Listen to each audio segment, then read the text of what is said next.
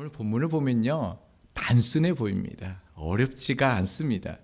그런데 의미를 알아가려고 하면요, 해석하기가 쉽지가 않습니다. 그럼에도 불구하고 말씀이 참 기대되는 것은요, 말씀을 통해서 주님이 어떠한 분인가가 더욱 깨달아지기 때문에 그렇습니다. 주님을 알아가면 알아갈수록 우리는 진리를 발견할 수 있고 진리 안에서 자유한 그 삶을 살아갈 수 있습니다.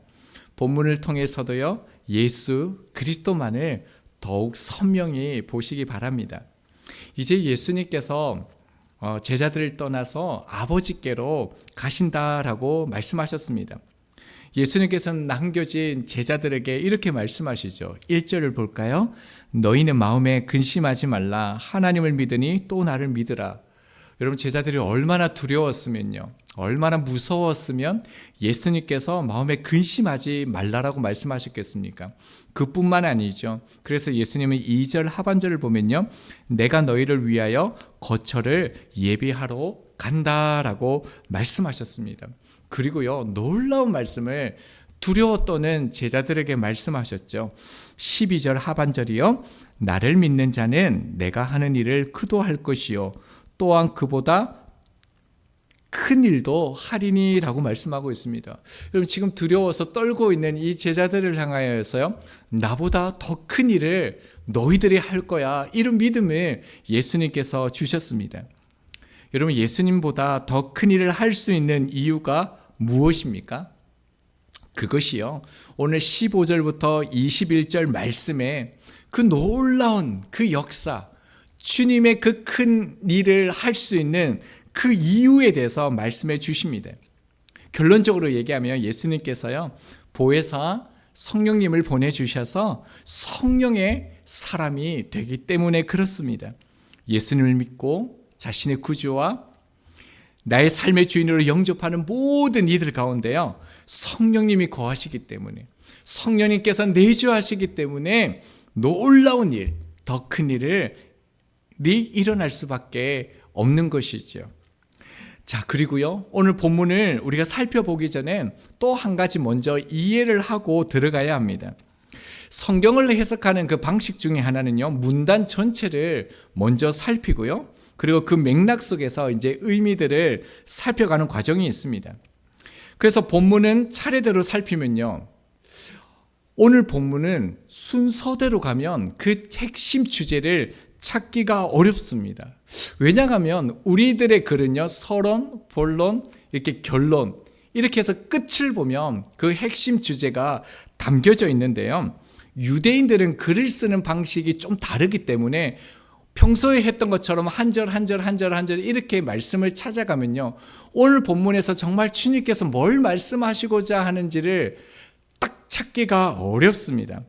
본문이 어떻게 되어 있냐면요, 시작 부분과 끝 부분이 같은 형태로 된 구조를요, 우리 신학에서요, 수미상관 구조라고 이렇게 얘기합니다. 그러니까 샌드위치 구조라고 그렇게 얘기하거든요.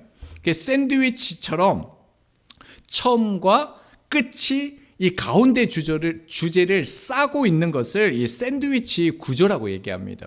오늘 본문이 그렇게 되어져 있습니다. 그러니까 A, B, C, D, C, B, A. 그럼 주제가 어디에 있단 말입니까? D에 있다는 말입니다. 그래서 오늘 본문을 보면요, 15절과 21절을 같이 봐야 되고요, 16절과 20절, 17절과 19절 이렇게 봐야지만 정말 주님께서 하시고 싶어 하시는 그 마음, 그 주제가 오늘 보게 되어지는 것입니다. 한번 이렇게요, 오늘 본문을 살펴볼 수 있도록 하겠습니다. 자, 주님께서 큰일을 이루시는 방식으로 성령님을 보내주신다라고 말씀하셨는데요, 여러분, 성령님은 누구십니까? 성령님 하면 떠오르는 게, 여러분은 그분이 어떤 분으로 떠오르십니까? 일반적으로 성령 그러면요, 사실 얼마 전만 해도요, 사실 지금도 유튜브에 보면 성령님을 어떻게 그 표현하냐면 불, 뜨거움, 능력, 이렇게 방언, 예언, 이렇게 굉장히 많이 표현합니다. 그래서 실제로 이렇게 불 받으라 그러고요, 성령 받으라 그러고 그렇게 합니다. 그래서 이렇게 성령의 불 이렇게 하면 막 뒤로 넘어가고, 이런 일들이 지금도 사실 굉장히 허다하게 성령님을 그렇게 표현하고 있습니다. 그러나 우리가 앞으로도 살펴볼 것이지만요, 성령님은요, 인격적인 분이세요. 그분은 신실하시고요, 우리와 동일한 그런 인격을 가지신 분이시라는 것입니다. 그런데 우리의 신앙생활에서요, 성령을요, 힘, 능력으로 그분을 이해하게 되어지면요, 어떻게 하든지 성령을 이용하려는 잘못된 태도를 우리가 가질 수가 있습니다. 그래서 오늘 본문을 통해서 주님께서 말씀하시는 성령님이 어떤 분이신지, 성령님이 임하면 어떤 그런 일들이 일어나는지를 저희들이 발견했으면 좋겠습니다. 15절입니다. 너희가 나를 사랑하면 나의 계명을 지키리라. 예수님을 사랑하면요, 그 결과로 계명을 지킨다라고 하십니다. 그러니까 말씀대로 산다라는 것은요, 예수님을요, 사랑할 때만 우리가 말씀대로 살아갈 수 있다는 거예요. 이 말씀과 쌍을 이루는 그 구절이 어디라고요? 21절을 보겠습니다. 나의 계명을 지키는 자라야 나를 사랑하는 자니 나를 사랑하는 자는 내 아버지께 사랑을 받을 것이요 나도 그를 사랑하여 그에게 나를 나타내리라. 순서만 바꾸어 놓았죠. 나를 사랑하면 나의 계명을 지킬 것이다. 예수님께서 말의 반복을 지금 하고 계십니다. 그런데요, 이뿐만이 아니에요. 23절을 볼까요? 예수께서 대답하여 이르시되 사람이 나를 사랑하면 내 말을 지키리니, 뿐만 아니라 24절이요, 나를 사랑하지 아니하는 자는 내 말을 지키지 아니하나니라고 얘기합니다. 같은 내용을요, 말을 조금씩 바꾸어서요, 예수님께서 사랑과 순종의 그 아주 밀접한 관계를 거듭 지금 제자들에게 강조하고 계신 것이죠. 여러분, 중요합니다. 성령이 임하시면 어떻게 되어질까요? 여러분, 성령이 임하시면요, 능력이나 기적이나 권능이 아니라요, 성령님이 임하시면 주님을 사랑하게 된다라는 거예요. 성령님이 우리 안에 임하시면 가장 먼저 드러나는 게 뭐냐면 주님을 사랑하게 된대요. 그래서 주님을 사랑해서 어떤 일이 일어난다고요? 말씀을 지켜 순종하게 되어진다라는 거예요. 그 성령님이 우리 안에 주님의 그 사랑하는 마음을 더하여 주셨기 때문에 주님이 말씀하신 그 말씀을 우리 가운데 계속적으로 지키고 싶어하는 그런 마음들, 열망들이 일어나는 거죠. 그래서 그런 사람들은요, 말씀을 묵상하는 거예요. 그리고 예배하는 거죠. 그리고 섬김과 사랑으로 나아가는 것입니다. 그렇게요, 주님을 사랑하는 자에게 주님이 어떻게 하시겠습니까? 말씀해 보면요, 21절 하반절이죠. 나를 나타내리라 라고 말씀합니다. 이 말은요, 나타내다, 보이다, 계시하다, 이런 의미도 가지고 있지만요, 더 궁극적으로 내가 너에게 나를 나타내리라, 이 말은 뭐냐면요, 더욱더 친밀한 관계가 되겠다. 내가 너와 더욱더 인격적인 그런 속 깊은 관계, 그런 것을 나누는 그런 관계가 될 것이다 라고 말씀하시는 것입니다. 찐 친구라고 그러죠. 모든 것을 함께 나눌 수 있는 그런 사랑의 관계가 되는 거예요. 그래서 성령님께서 내 안에 임하셔서 계속적으로 성령의 능력을 부어주시면 주님을 사랑하게 되고 말씀을 지켜 행하게 되고요. 또 어떤 일이 나겠습니까? 당연히 믿음이 자라나게 되는 것이죠. 그뿐만 아닙니다. 여러분, 성령이 임하시면요, 주님을 사랑하게 되어지고요, 이로 인해서 뭐라고 말씀합니까? 아버지께도 사랑을 받게 된다, 이렇게 말씀하시는 것입니다. 여러분, 성령의 임재는 어떻게 나타난다고요? 능력이 아니라 주님의 사랑으로, 주님을 사랑하는 것으로 나타나는 것입니다. 자, 그리고 예수님께서는요, 이제 이 다른 보혜사에 대해서 말씀을 하십니다. 왜냐하면 예수님을 사랑하고요, 말씀을 지키는 것은 우리 스스로의 어떤 결단이나 노력으로 가능하지 않기 때문에 그렇습니다. 그래서 주님께서 내가 너희에게 또 다른 보혜사를 보내겠다라고 말씀합니다. 16절이요. 내가 아버지께 구하겠으니 그가 또 다른 보혜사를 너희에게 주사 영원토록 너희와 함께 있게 하리니. 예수님은 제자들에게 성령과 성령으로 말미암아요 제자들과 영원토록 함께 하시겠다라고 말씀하십니다. 우리가 성령님을 조금 더 구체적으로 한번 살펴볼까요? 성령님을 그 파라클레토스라는 단어를 씁니다. 우리가 익히 잘 아는 단어죠. 파라라는 단어가 곁에라는 단어고요. 클레오라는 단어가 부르다라는 뜻이에요. 그러니까 이 파라클레토스 보혜사라는 뜻은 뭐냐면 가까운 곳에서, 곁에서 부르는 자, 이런 의미를 가지고 있습니다. 그래서 성령님을요, 우리 성경마다 참 많이 다르게 번역을 해놓았는데 돕는 자, 조언자, 위로자, 조력자, 또 보혜자, 협조자, 이렇게 여러 단어들로 해석을 해놓았습니다. 중요한 것은 무엇입니까? 보혜사 성령님은요, 우리 옆에서 우리를 돕기 위해서 오신 분이시라는 겁니다. 하반절에 뭐라고 얘기합니까? 영원토록 너희와 함께 있게 하겠다라는 거예요. 또 다른 보혜사를 통해서 영원히 주님과 함께 하실 것을 약속하셨습니다. 자, 그런데요, 말씀에 보면 조금 이해가 안 되는, 잘 살펴봐야 할 단어가 있습니다. 무엇이겠습니까? 또 다른 보혜사라고 말씀하셨습니다.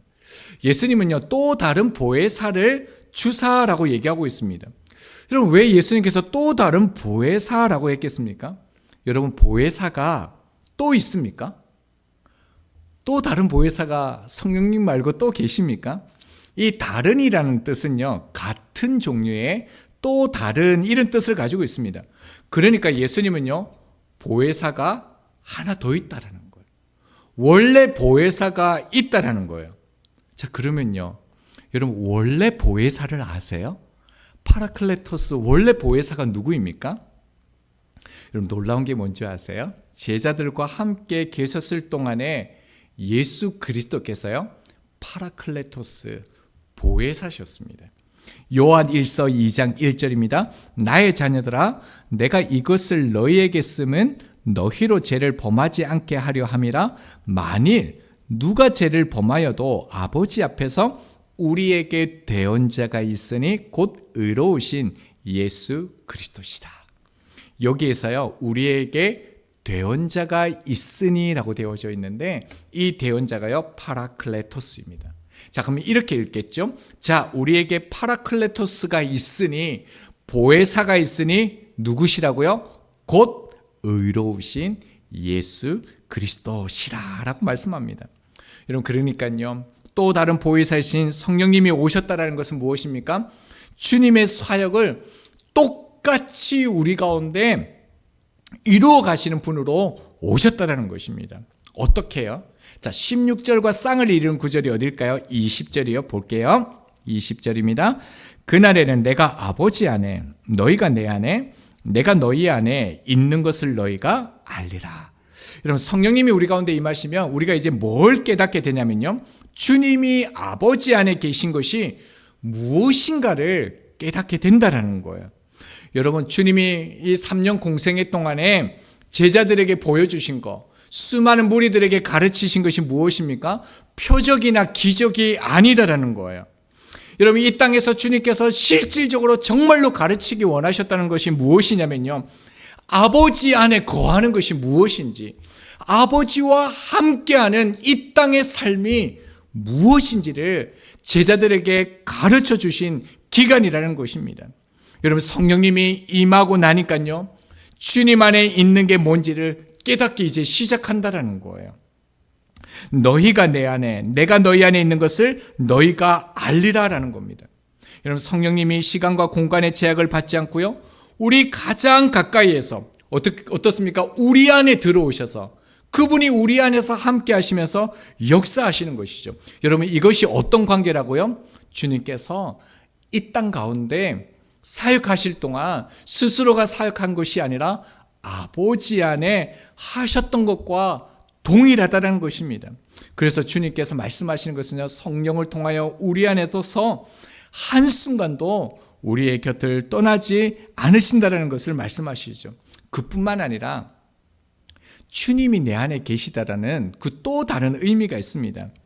주님의 진리가요, 주님의 말씀이 내 안에 있어서, 그렇다면 우리가 어떤 사람이 점점 되어져 가겠습니까? 주님을 닮아가는 사람이 된다라는 거예요. 요한 1서 2장 5절 하반절입니다. 우리가 그의 안에 있는 줄을 아노라. 6절입니다. 그의 안에 산다고 하는 자는 그가 행하시는 대로 자기도 행할지리라. 여러분, 우리가 주님 안에서 거하는 것을 깨닫고 또 주님 안에서 실제로 살아가게 되면 어떻게 되어진다는 것입니까? 주님을 닮아간대요.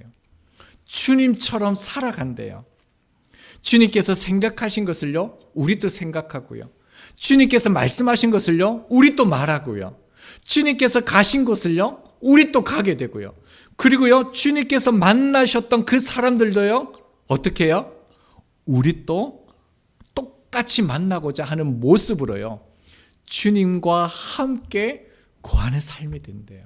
이게 어떻게 가능하다고요?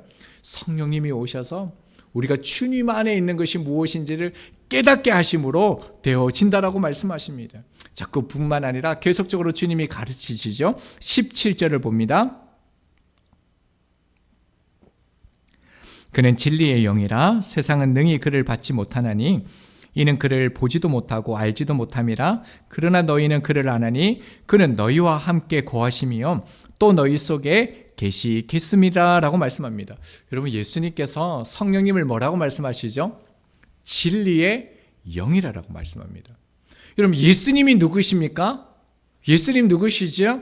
요한복음 14장 6절이요. 예수께서 이르시되 내가 곧 길이요 진리다라고 말씀하셨죠. 여러분, 예수님이 진리이세요. 그런데 예수님께서 성령님을요 또 진리의 영이다라고 말씀하십니다. 그러니까 이건 무슨 말씀입니까? 진리이신 주님께서 성령님을 진리라고 말씀하심으로요, 성령님과 주님이 분리되어질 수 없는 그런 하나이신 그런 분이심을 말씀하시는 것입니다. 그러니까 예수님이 제자들과 함께 하셨던 그 방식으로요, 진리의 성령님께서 우리 가운데 똑같이 주님이 함께 하셨던 것처럼 그렇게 동행하신다라는 것입니다. 자, 성령님은요, 우리를 진리로 채워주시고 또 진리 가운데 인도하시고요. 그것은 구체적으로 주님의 말씀 지킴을 통해서 우리가 주님을 사랑하게 되는 것이죠. 우리가 참 연약하고요, 부족하지만요, 주님의 말씀을 지킬 수 있는 것은 무엇입니까?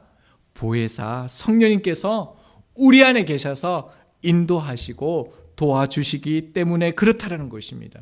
말씀을 다시 보면요, 그는 너희와 함께 거하심이요 또 너희 속에 계시겠습니다 라고 말씀합니다. 여러분, 우리가요 성령 하나님뿐만 아니라 여러분, 우리 안에 누가 계시다고요? 성자 예수님까지 모시고 사는 그런 존재가 되어졌다는 거예요. 여러분, 그래서 우리가 더 큰 일을 하게 된다는 것입니다. 여러분, 그래서 신학적으로 이것을 뭐라고 얘기하냐면요, 내주하심이라고 말씀합니다.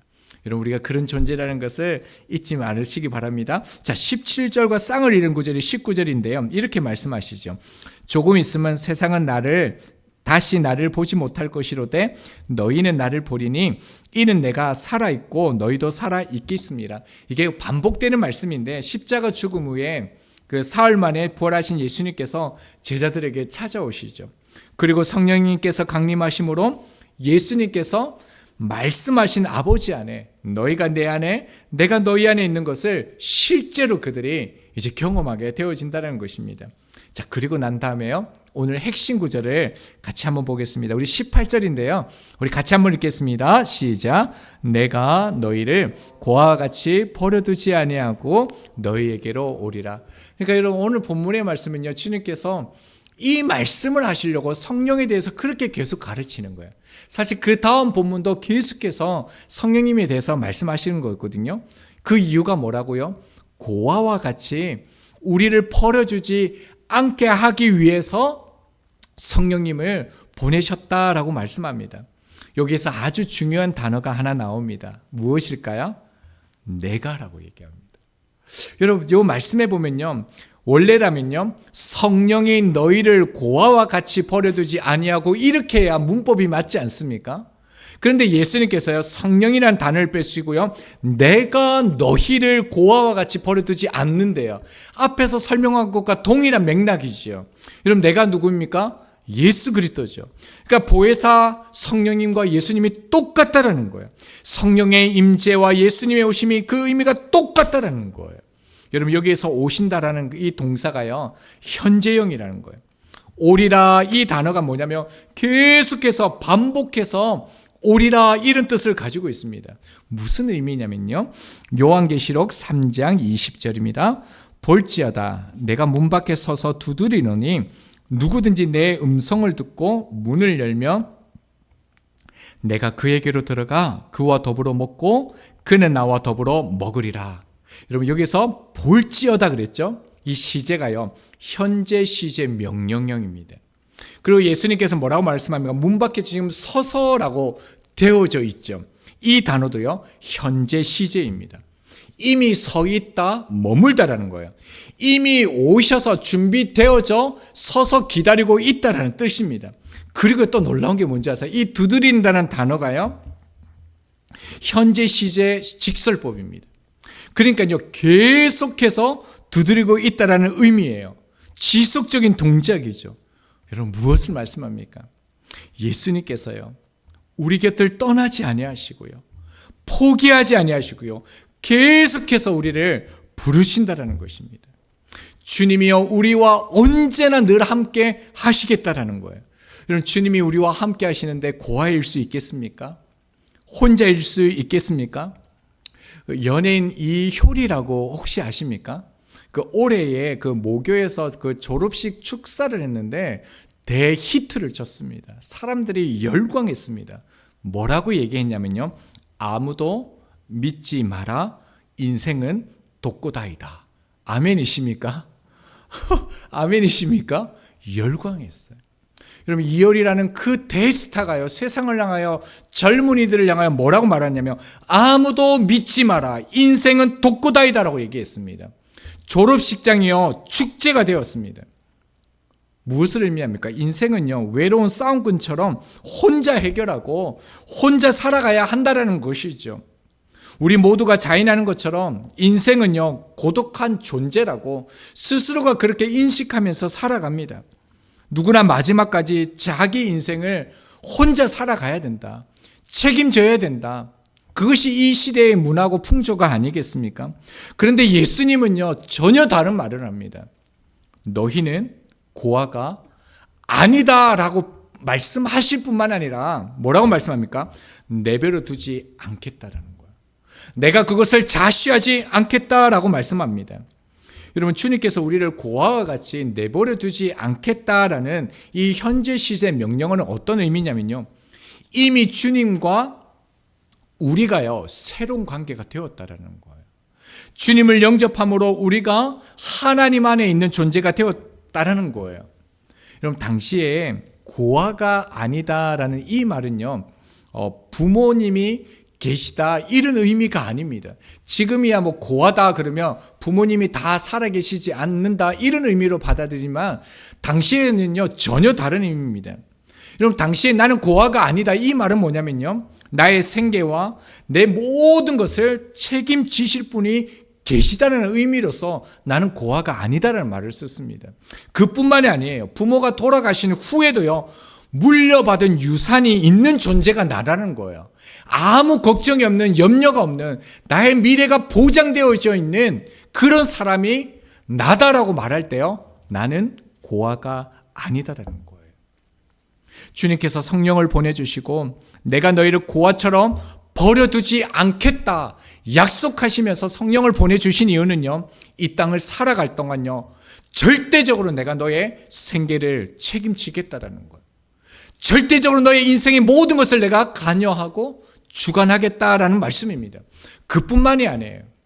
주님께서 우리 가운데 말씀하시는 너는 고아가 아니다 이 말은요, 장차 죽어서도요, 영원한 하나님 나라를 그 유업으로 물려받을 그 사람이 너다, 내가 너를 그렇게 인도한다, 이렇게 말씀하시는 것이죠. 기독교는 종교가 아닙니다. 종교는 인간이 만들었기 때문에요, 종교는 죽은 것입니다. 기독교의 본질은요, 종교가 아니라요, 예수 그리스도와 관계가 있는 것입니다. 여러분 지금도 성령께서 우리 가운데 가장 많이 외치시는 말씀이 무엇이겠습니까? 성령님께서 오늘도 우리를 충만하게 우리 가운데 부어주시며 임재하시면서 우리 각 사람에게 말씀하시는 것이 무엇이겠습니까? 열심히 살아야 돼. 포기하지 마. 도전해. 내가 너를 붙들 거야. 염려하지 마. 여러분, 이런 말씀일까요? 어떤 상황에 처해 있든지 어떤 선택을 하든지 내가 너와 함께 있게 이 말씀을 할까요? 저는 그렇지 않다라고 생각합니다. 예수님께서 오늘도 우리 가운데 강력하게 그토록 반복적으로 말씀하시는 것은요, 예수 그리스도를 바라보라는 거예요. 예수 그리스도와 함께 하라는 거예요. 그것을 오늘도 우리 가운데 성령으로 말씀하고 계시는 것이죠. 요한복음 3장 16절입니다. 하나님이 세상을 이처럼 사랑하사 독생자를 주셨으니 이는 그를 믿는 자마다 멸망하지 않고 영생을 얻게 하려 하심이라. 아멘. 여러분, 죽을 수밖에 없는 날 위에 주님이 십자가의 죽으심으로요, 나의 인생을 이미요 책임지셨습니다. 여러분, 내가 내 인생을 책임질 수 없지만요, 주님께서 나의 인생을 걱정해 주세요. 주님께서 나의 인생을 책임지십니다. 주님이 내가 어떠한 상황 가운데 있을지라도 내가 너를 고아와 같이 버려두지 아니하겠다. 예수님께서요, 자신의 생명을 걸고 약속하셨고요, 그 약속을 지키셨습니다. 그리고요, 반드시 우리의 인생 끝자락에서요, 그 약속을 지키실 것입니다. 그러니요, 이 땅을 살아가면서 저부터 그러겠습니다.